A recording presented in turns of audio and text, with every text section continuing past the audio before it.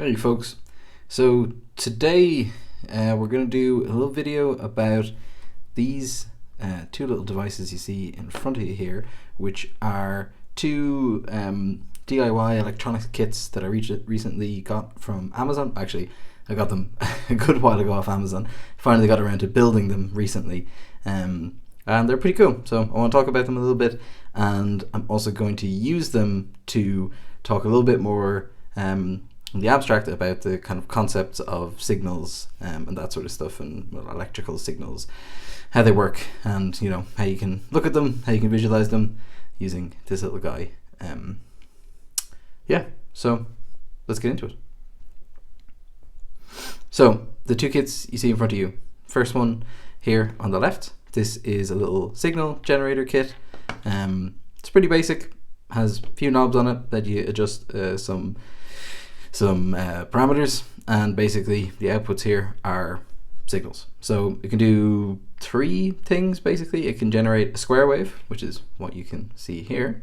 It can generate a sine wave, which is a nice smooth wavy sinusoid, and it can generate a triangle wave. So that being said, those are things, they exist. But then what is this little guy? So this is a little miniature digital oscilloscope kit. So the purpose of an oscilloscope is that it can let you visualize in more or less real time what an electrical signal is doing. So right now I have this little signal generator kit generating a square wave. It's a little bit wonky, so it's not exactly a perfect square wave, but it is effectively meant to be a square wave. And the little oscilloscope here through these leads is reading that, and it's plotting it out in real time on the screen here in front of me. So I can mess with some knobs here, and you can zoom in and zoom out on it. And on the signal generator itself, I can adjust the frequency of these of this wave. Yeah, so that's pretty nice. It's pretty neat. In general, the signal generator kit is not super accurate. It doesn't work like amazingly well, but it does give you some output signals. I can get signals out of it. So like one thing you might use this for in the real world is you might use it for basic testing of some audio equipment, because it can just generate a signal of a particular frequency, and that'll be like a consistent tone. You can pass that into audio equipment to test it, basically, depending on exactly what you want to do with. So for me, I mean, I don't have a huge amount of use for this specifically, but I will find uses for it, and it is kind of a cool little thing to have, just to demonstrate signals and stuff like that. So I had it set to be on the square wave side. So if I unscrew this terminal, I can flip it over to one of the other terminals. So this is the output terminal that gives you either a sine wave or a triangle wave. And is it giving me anything? Ooh, don't know if it's giving me anything.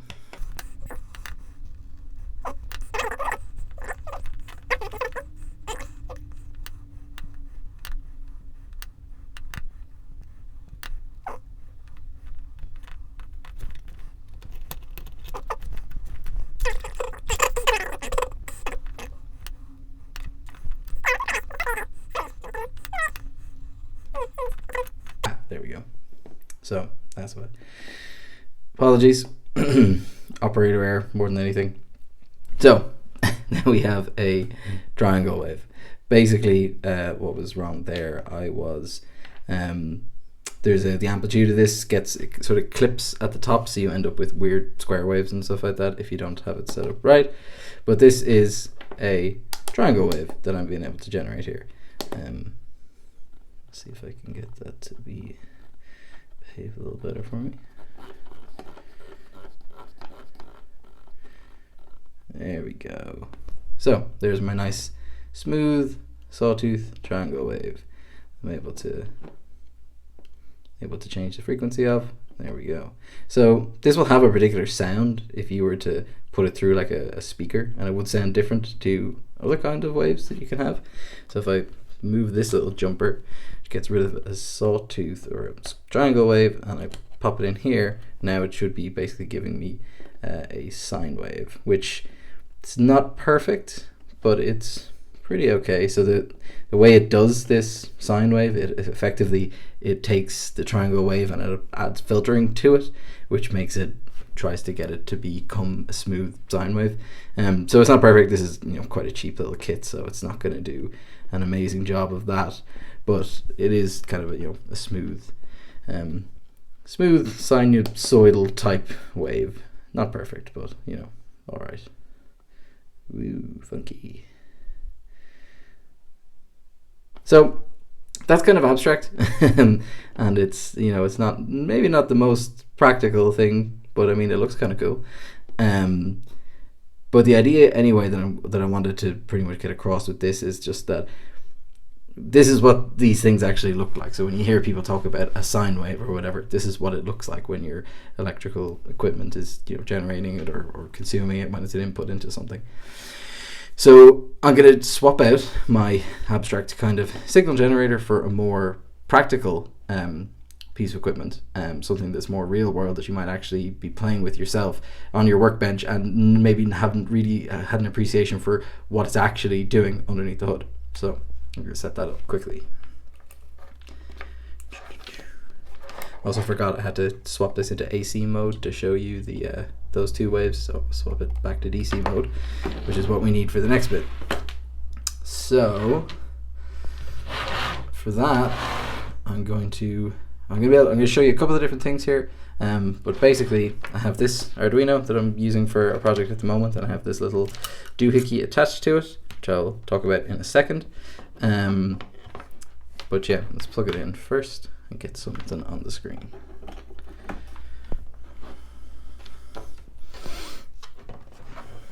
Okay, actually, yeah, before I do anything with that, I will actually talk about this little guy first. So this is an optical encoder that I salvaged off an old motor that I had, and I've wired it up with added a little 3D printed bracket and a little shaft to move it, and this is going to form part of a project that I'm working on at the moment. But basically, the way these work, they're quite simple. There's a little disc in there that has loads of little holes in it.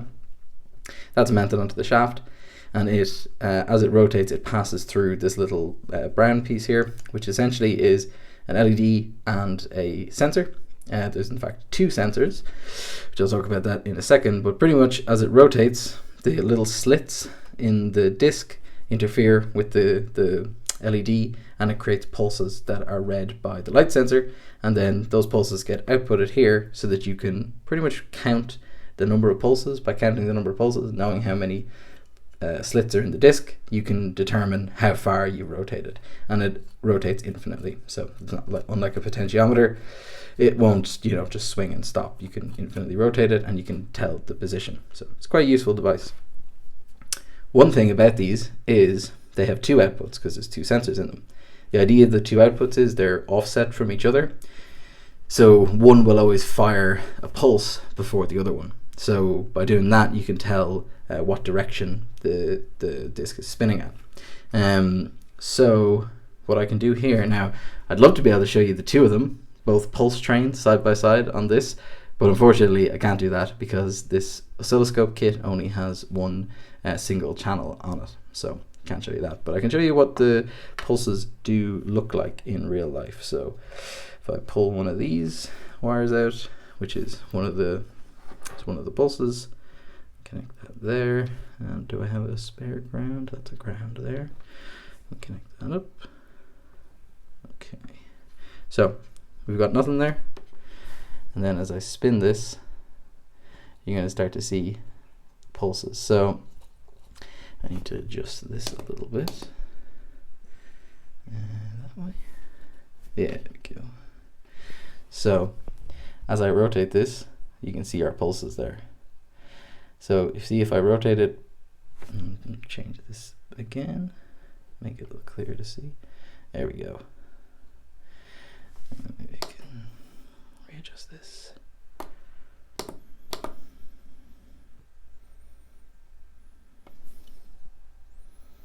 Yeah, there we go.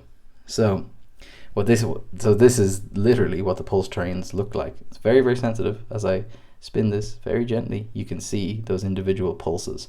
So each one of those pulses corresponds to one of the little slits inside this encoder passing through the light sensor. You can see as I rotate it slowly, the pulses are quite wide, or they're not stacked together as much. And if I rotate it quite quickly, the pulses go together way quicker. So the frequency of the pulses changes. So that's pretty cool. But yeah, that's just an example of, where you have in real life a square wave. And, if you were just looking at this in the abstract, you might find it difficult to understand exactly what's going on. But that's, a visual example of exactly how it's behaving, which is another reason why these tools, these little oscilloscopes, are a super useful thing to have. This kit in particular, I think I picked it up for 40 euro on Amazon. Really simple to put together, really clear instructions.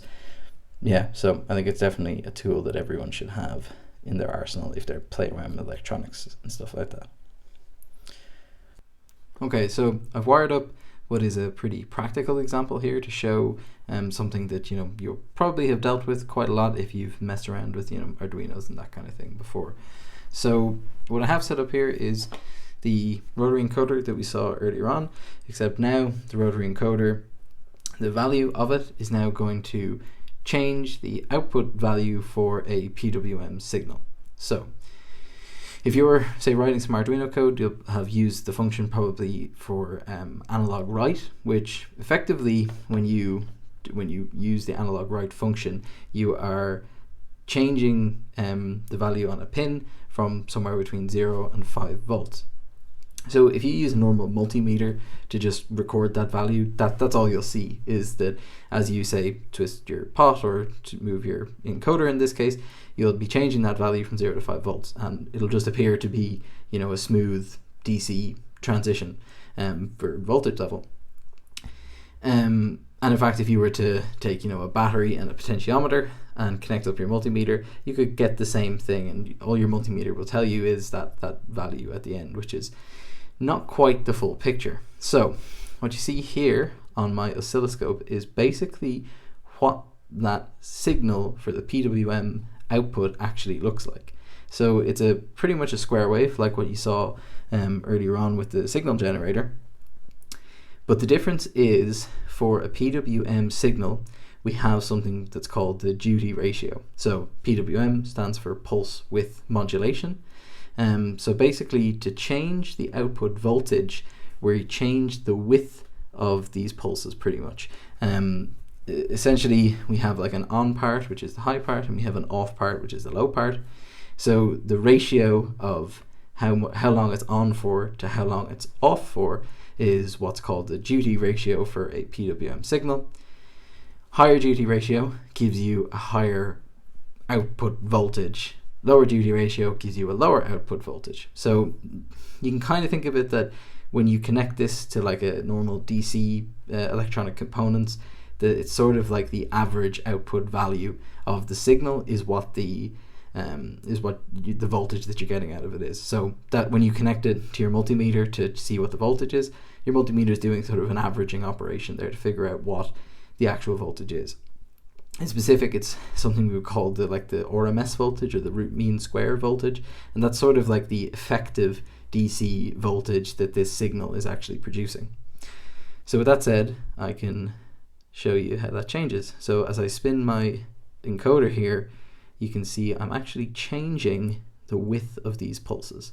So I'm not changing the frequency of the pulses. The repeating pattern is effectively staying the same, so the distance between here and here is the same, no matter what duty ratio I set. But as I make the duty ratio smaller, you can see it's on for less and off for more, and as I make it bigger, it increases until it's almost always on. So almost always on will basically give you 5 volts out of it. Almost always off will pretty much give you 0 volts out of it. So yeah, there you can see the change and what that looks like. And I can actually show you, it might not come out super clear, but this basically is giving me some readings about what's going on here. So you can see up the top here we have our frequency, which here it's 976 hertz, which is approximately the frequency that this Arduino Mega produces PWM at. And you can see there's a little duty percentage here, which basically tells me what the duty ratio is. So as I get closer here to almost always on, it'll get closer to 100%, and then as I back it off, it'll show me that I'm almost down to 0% duty ratio. And as I continually rotate this, it'll just continue to flip around because I have it set to just infinitely rotate to go high and low. You'll also notice down here we've got a little VRMS, and we also have, say, a VMax up here. So you can ignore the actual values in millivolts, they're not accurate. But what I want you to notice is that as I turn this to being almost always on, the RMS voltage is approaching slowly what is the VMax voltage. So as I change this duty ratio, the RMS voltage changes. So it goes down when the duty ratio is low, and it goes up when the duty ratio is high, which effectively corresponds to your pulse width modulation value being from 0 volts up to 5 volts. So it's kind of the effective voltage that you're seeing. So that should make sense. I hope it does anyway.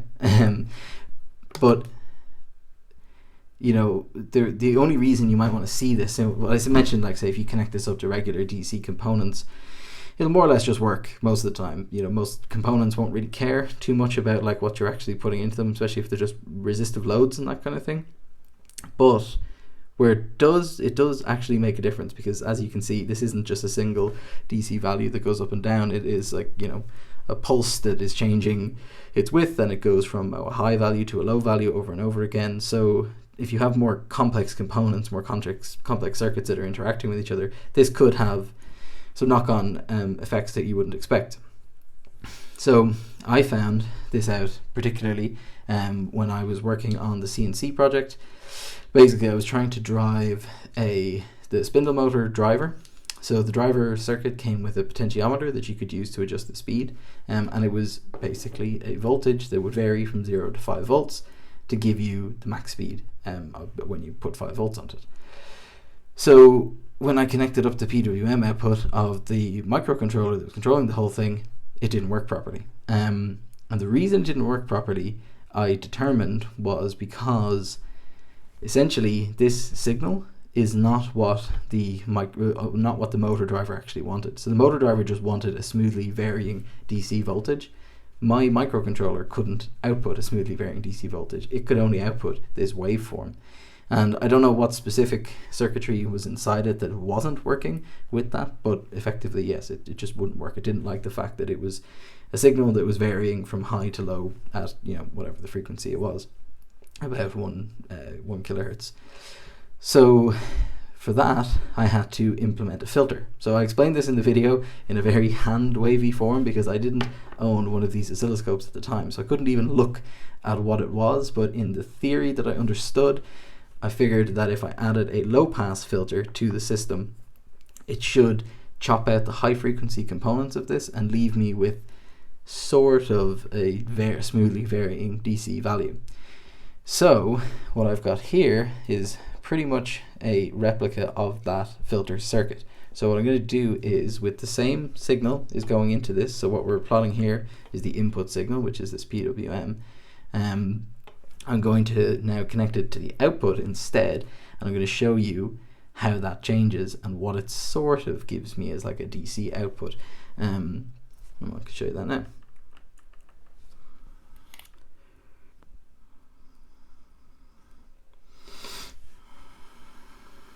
So it's a bit mad looking, but effectively I can adjust some values here to see if I can make this a bit easier to see.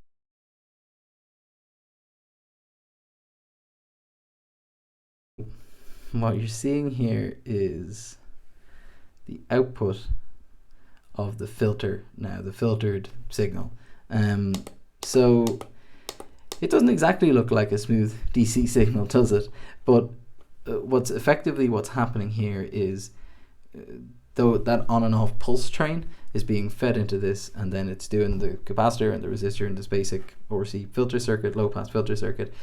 are trying to clip off all the high frequency parts of it and leave just the low frequency parts of it. So this isn't tuned in any way. I literally just randomly pulled out a resistor and a capacitor from the box to show what this would do. But you can see as I moved the knob, which previously was adjusting just the width from like how much on and how much off the thing was, now what it's actually doing is it's giving me a voltage value that goes from 0, as I twist it, sort of goes up until it's always on, which is like 5 volts. And it's doing it in sort of a DC manner, as in it's kind of just going up and down. So when I'm somewhere in the middle here, at no point is it actually going back to 0, even though it has this mad waveform shape. It doesn't actually go all the way back to 0 at some point. So the RMS value that I talked about earlier is just some effective voltage here, but the key for the circuit that I'm putting it into, which is the motor driver circuit, it doesn't go back to 0 all the time. So the only time it's at 0 is when I get it right back down to the very bottom again. So then as I turn it up, it's the average voltage of this is always, well, as in the minimum voltage of this signal is always somewhere above 0. And as I change it, that average voltage or the gap between the minimum and the maximum voltage is somewhere in the middle of that. And then I can keep moving up and up and up until I get roughly back up to my 5 volts again. And then down again. So this is a bit of a mad looking waveform. But yeah, that's effectively what's going on there. So I think that's pretty much the end of what I wanted to show here. I hope this makes sense.